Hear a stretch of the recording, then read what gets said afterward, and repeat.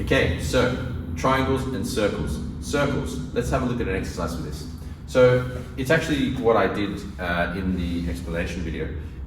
Put your hands together, and so that creates a nice hoop slash circular shape in front of you. And it should be like this. It's like there's a hoop here. Yeah? Now, the way to make sure this is robust is center yourself, feel your structure, and aim towards your opponent's center. Now, the reason that's important is because you don't want this space to collapse.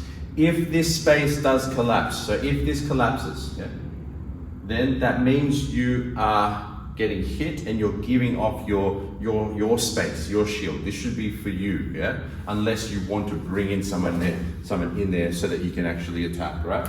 So, you connect your hands, center and sense, so that you have a nice circular, robust structure, and then aim it into the opponent's center so that you're not collapsing your space.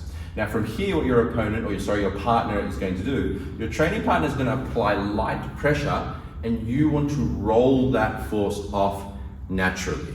So you're not actually doing this, right?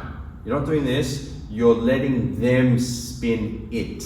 So as I put pressure in towards Carlson, I push slightly up and forward and slightly down and forward, and that should spin his shape, yeah? And then I change the direction. I go up with my left hand, down with my right hand. Spins his shape, spins his shape.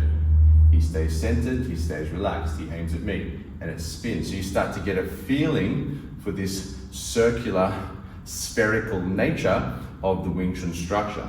Now, once you get a good feeling for this, you can start to apply a bit more pressure, move around, and you can track.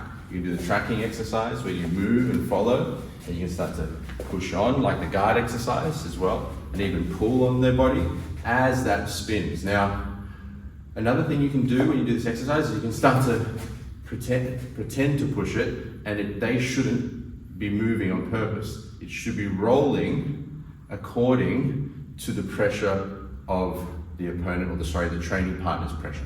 So simple exercise to get a feeling for that.